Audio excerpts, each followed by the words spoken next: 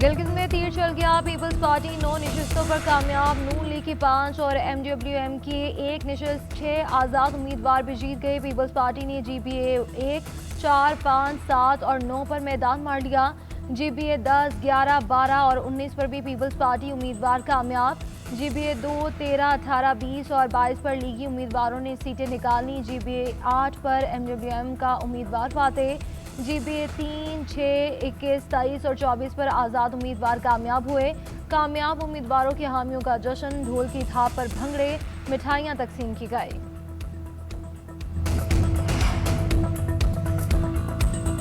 गिलगित बल्तिस्तान में तीरों हलकों का फॉर्म 47 जारी। GBA 1 गिलगित से पीपल्स पार्टी के अमजद हुसैन 10,594 वोट लेकर कामयाब।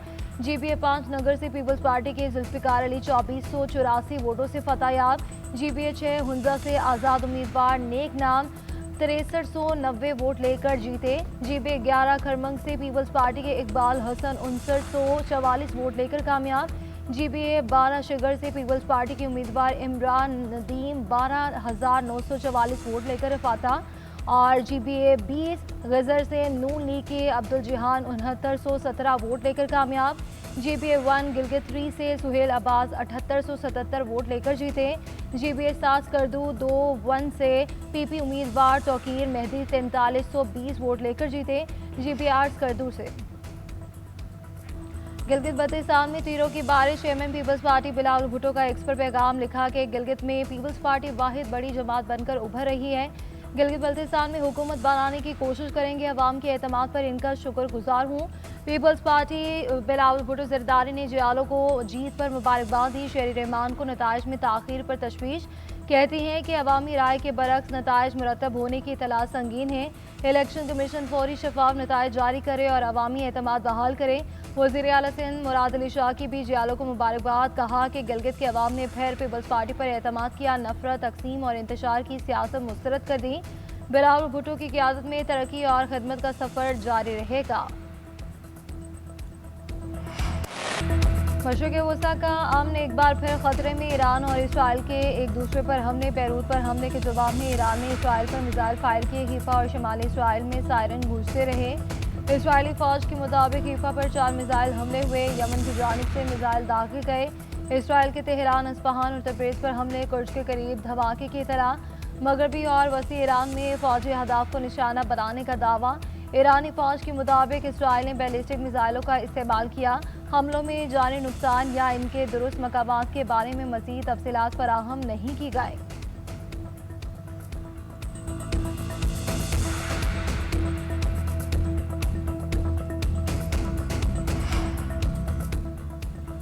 आपने जितने मिसाइल दाग दिए उतना ही काफ़ी है। वापस मेज़ पर आएं और मुआहिदा करें। डील पर दस्तखत होने वाले थे लेकिन ये सब हो गया। नहीं चाहता कि कशीदगी मुज़ाकराती अमल को सबूताज करें।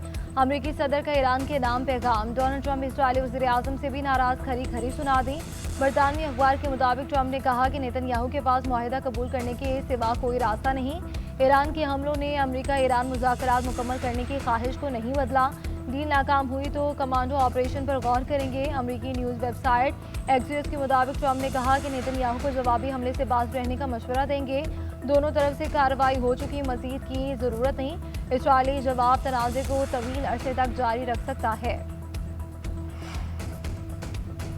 इसराइल पर ताज़ा हमले, लेबनान में कार्रवाइयों के जवाब में किए गए ये हमले बार बार की जंग बंदी खिलाफ वर्जियों का नतीजा है। ईरानी वजारत खारजा का कहना है कि लेबनान में जंगबंदी अप्रैल के मुआहदे का लाजमी हिस्सा थी। पासदारानी इनकलाब का कहना है कि इसराइल पर हमला एक वार्निंग था, जारियत दोहराई गई तो जवाब मजीद वसी होगा। इसराइल के रमान डेविड एयरबेस को बैलिस्टिक मिसाइलों से निशाना बनाया। जंगबंदी की कबूलियत इस शर्त पर थी कि तमाम महाजों पर फायरिंग बंद हो। अमरीका और इसराइल ने अपने वादों पर अमल नहीं किया। लेबनान पर हमले ना रोके तो नताइज मजीद तबाहकुन होंगे। खत्ते में तमाम अमरीकी और इसराइली अहदाफ को निशाना बनाया जाएगा।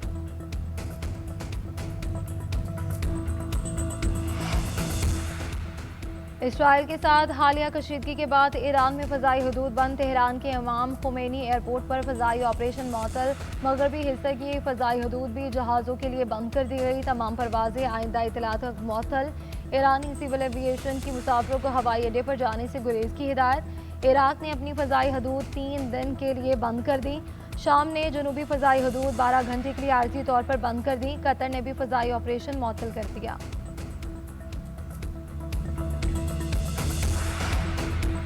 ईरान और इसराइल के दरमियान कशीदगी मार्केट पर भी असरअंदाज। तेल की आलमी मंडियों में कीमतें बढ़ गई। अमरीकी WTI की कीमत 3% बढ़कर $93 फी बैरल की सतह पर पहुंच गई। बरतानवी ब्रेंट क्रूड 3% महंगा $96 फी बैरल पर हो गई।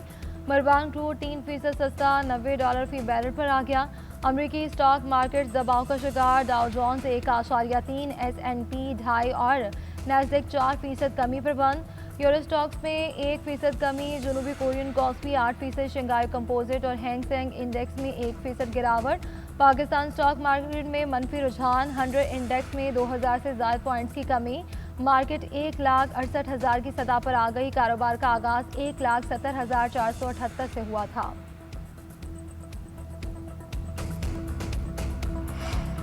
ईरानी वज़ीर ख़ारिजा अब्बास अराग़ची का फील्ड मार्शल सईद आसिम मुनीर से रब्ता। ईरानी मीडिया के मुताबिक दोनों रहनुमाओं के दरमियान खत्े की ताज़ा सूरत हाल पर गुफ्तगू। अब्बास अराग़ची ने तुर्क और बरतानवी हममनसब को टेलीफोन किया। सऊदी वज़ीर ख़ारिजा का कतरी वज़ीर आज़म से रब्ता। हालिया कशीदगी पर तबादला ख्याल। गुज़श्ता रोज़ वज़ीर दाखिला मोहसिन नकवी ईरानी वज़ीर ख़ारिजा अब्बास अराग़ची से मिले। सुप्रीम लीडर के लिए फील्ड मार्शल और वज़ीर आज़म का पैगाम पहुँचाया। मोहसिन नकवी दौरा ईरान मुकम्मल करके वतन वापस रवाना। ईरानी हममनसब सिकंदर मोमनी ने एयरपोर्ट पर अलविदा किया। इलाकाई हुकूमतें मुआवजे का मुतालबा करने की पोजीशन में नहीं। अमरीका के ईरान के मुंजमद असासे खलीजी इत्तेहादियों को देने की खबरों पर ईरान का रद्द-ए-अमल। ईरान के नायब वज़ीर ख़ारिजा काज़िम गरीब आबादी कहते हैं कि मुंजमद असासे ना अमरीकी जंगी सामान के लिए हैं, ना ही इत्तेहादियों के फंड्स के लिए हैं।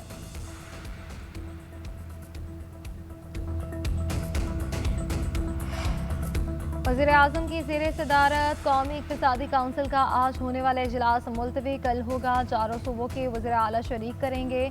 आइंदा माली साल का कौमी तरक्याती बजट मंजूरी के लिए पेश किया जाएगा। सालाना तरक्याती प्रोग्राम के अहम अहदाफ भी ज़ेर गौर आएंगे। सूबों के तरक्याती मनसूबों पर ब्रीफिंग भी इजलास के एजेंडे का हिस्सा है। पीपल्स पार्टी और नून लीग की मरकजी क़यादत के दरमियान फैसला कुन मुज़ाकरात आज होंगे। ज़राए के मुताबिक इसहाक़दार वज़ीर आज़म शहबाज शरीफ को बिलावल भुट्टो से मुलाकात पर एतमाद मिलेंगे। शाम को वज़ीर आज़म की सदर आसिफ ज़रदारी से मुलाकात मुतवक्के। बिलावल भुट्टो भी शिरकत करेंगे। पीपल्स पार्टी के तहफ़्फ़ुज़ात का जायज़ा लेकर काबिल कबूल हल तलाश किया जाएगा। विफाक की जानिब से वसाइल और मसाइल पर तफसीली ब्रीफिंग दी जाएगी। विफाक ने सूबों से 1700 अरब रुपए इजाफी मांगे, जिस पर सिंध तैयार नहीं। सब्सिडी के खात्मे, टैक्स बढ़ाने और BIST सूबों के हवाले करने पर भी पीपल्स पार्टी के तहफ़्फ़ुज़ात। कौमी असम्बली का बजट इजलास बुलाने का बाकायदा नोटिफिकेशन भी जारी नहीं हुआ।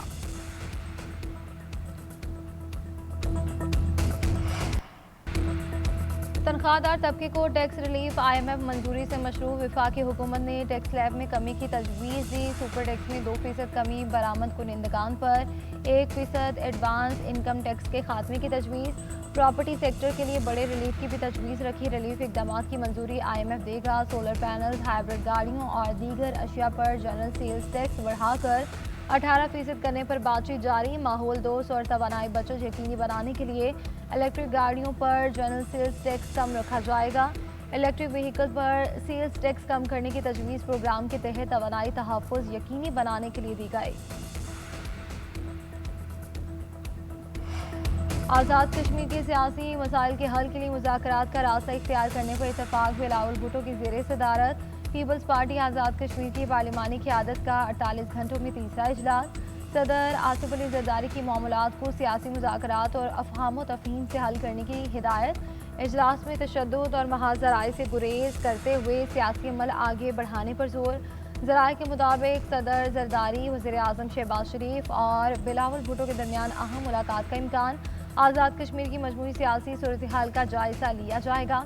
आला सतह मुशावरत के बाद आज़ाद कश्मीर की आइंदा सियासी हिकमत अमली को हतमी शक्ल दी जाएगी।